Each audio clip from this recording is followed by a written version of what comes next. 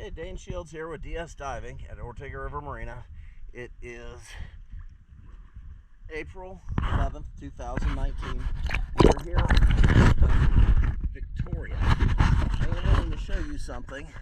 Your boot stripe actually sits at and below the water line.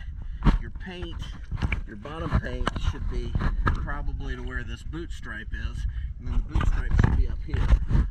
You've got staining, which we're going to remove, or do the best we can to remove, but you can see that versus where the water line is, that's why it's so bad there. So definitely want you guys to keep in mind that when you get the boat repainted, you want to make this boot stripe go above the water, because the bottom paint is actually a couple inches below the water.